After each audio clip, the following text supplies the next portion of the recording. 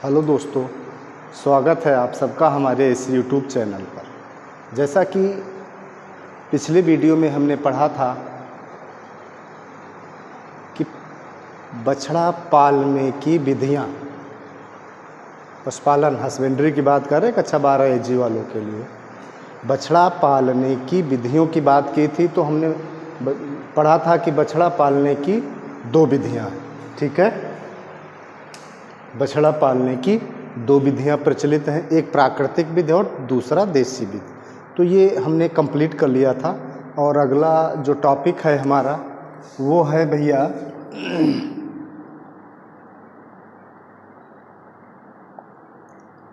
पशुओं को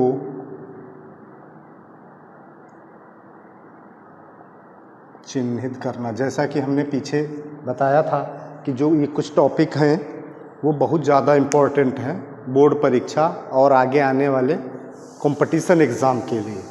तो उसमें एक हमने पशुओं की उम्र आंकना पढ़ा दिया है, जो कि पिछले वीडियो में पढ़े हैं। दूसरा उसमें से टॉपिक है पशुओं को चिन्हित करना। 2 अभी और टॉपिक बचे हैं, एक सींगरोधन और एक बधियाकरण। बोर्ड परीक्षा में 6 नंबर में एक क्वेश्चन आता ही आता है, ठीक है। और एंट्रेंस में या बाकी की कंपटीशन परीक्षाओं में भी ज़्यादा पूछा जाता है। तो आज हम बात करने जा रहे हैं पशुओं को चिन्हित करना। तो आशा करता हूँ कि सब नए जोश और नए उमंग के साथ हाजिर हैं, ठीक है। तो अब बात आती है पशुओं को चिन्हित करने की। आखिर आवश्यकता क्या है? आखिर आवश्यकता क्या है चिन्हित करने की? क्या ज़रूरत पड़ी है हमको? तो देखिए, चिन्हित इसलिए किया जाता है कि हम अपने पशुओं की पहचान कर सकें, ठीक है। हम अपने पशुओं की पहचान कर सकें। जैसे बहुत सारे समूह में सैकड़ों की संख्या में पशु है, तो उसमें आप अपने पशु को कैसे पहचानेंगे? ये सब समान एक जैसे पशु हैं सैकड़ों की संख्या में, तो उनमें से अपने पशुओं को पहचानने के लिए ही उनको चिन्हित किया जाता है, ठीक है। तो अब बात करते हैं चिन्हित करने के उद्देश्य, ठीक है।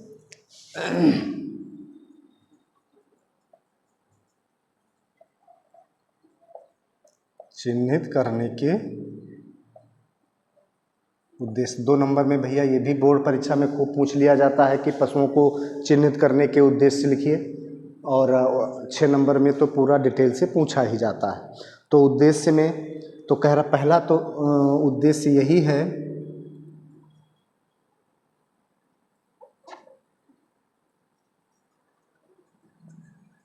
अपने पशु को बड़े बड़े झुंडों में पहचानने के लिए, ठीक है। एक तो ये उद्देश्य है कि अपने पशु को, बड़े से बड़े झुंड हैं जैसे सैकड़ों हजारों की संख्या में पशु, तो उसमें से हम अपना पशु कैसे पहचानेंगे? तो उसके लिए हम चिन्हित करते हैं भैया।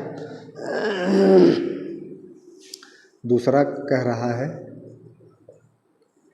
दूसरा उद्देश्य है पशुओं का पंजीकरण कराने के लिए, ठीक है। कि जैसे मान लीजिए जो पशुओं का बीमा आदि होता है, पंजीकरण होता है, तो उसके लिए भी चिन्हित करना बहुत ही आवश्यक होता है। अगला कह रहा है पशुओं की वंशावली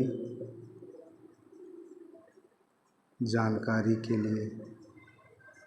जब चिन्हित करेंगे तभी हम जान पाएंगे कि हमारा पशु किस क्वालिटी का है, ठीक है, या इसके पूर्वज माता पिता किस क्वालिटी के थे, अधिक दुग्ध उत्पादन करते थे या नहीं, कोई गुण था, अवगुण था। तो ये सब चिन्हित करने के बाद ही संभव हो सकता है। फिर कह रहा है पशुओं को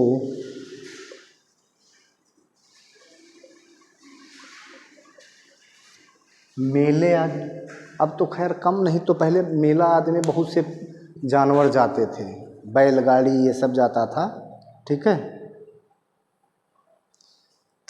तो मेले आदि में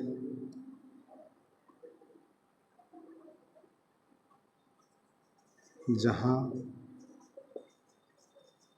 बहुत सारे एक जैसे पशु एकत्रित हो जाते थे,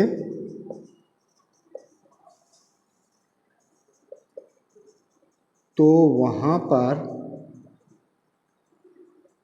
अपना पशु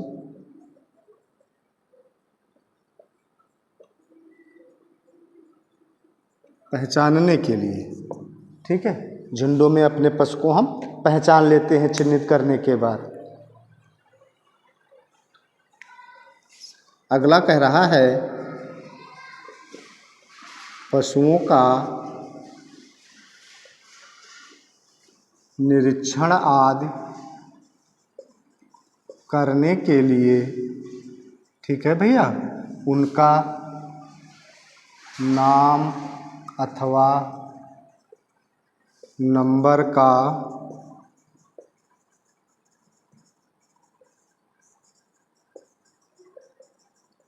आवश्यक होता है। नाम और नंबर का होना आवश्यक होता है। जैसे मान लीजिए आपकी डेयरी फार्म पर सैकड़ों की संख्या में पशु हैं और उसमें कोई एक आध पशु बीमार है, तो कैसे पहचानेंगे बिना नाम और नंबर के, ठीक है। तो इसलिए इसका होना बहुत ही आवश्यक। तो ये तो हो गए हमारे उद्देश्य। इन उद्देश्यों की खातिर, इन उद्देश्यों के चक्कर में, इन उद्देश्यों के लिए हम अपने पशु को बधिया करते हैं, अपने पशु को चिन्हित करते हैं, अपने पशु को चिन्हित करते हैं। अब हम बात करते हैं इसके विधियों की। अब हम बात करते हैं भैया इसकी विधियों की, ठीक है। अब भाई आप लोग जो है वीडियो देखते हो, आप लोगों के लिए ही हमने बनाया, ठीक है। देखते भी हो, देख लेते हो, लेकिन लाइक वाला बटन प्रेस नहीं करते, भाई ये गलत बात है, ठीक है। अब हम बात करते हैं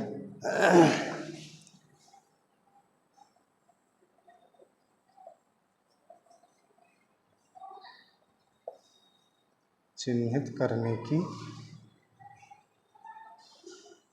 विधियाँ। तो भैया पशुओं को चिन्हित करने के लिए 6 विधियाँ अपनाई जाती हैं, ठीक है। पशुओं को चिन्हित करने के लिए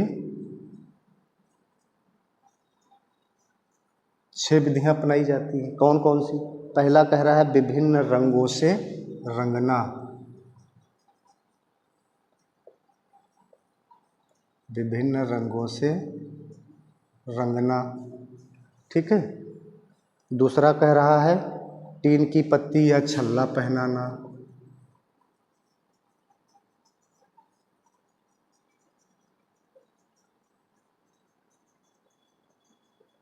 टीन की पत्ती या छल्ला पहनाना। अगला कह रहा है गर्म लोहे से दाग कर चिन्ह डालना, गर्म लोहे से दाग कर चिन्ह डालना, ठीक है।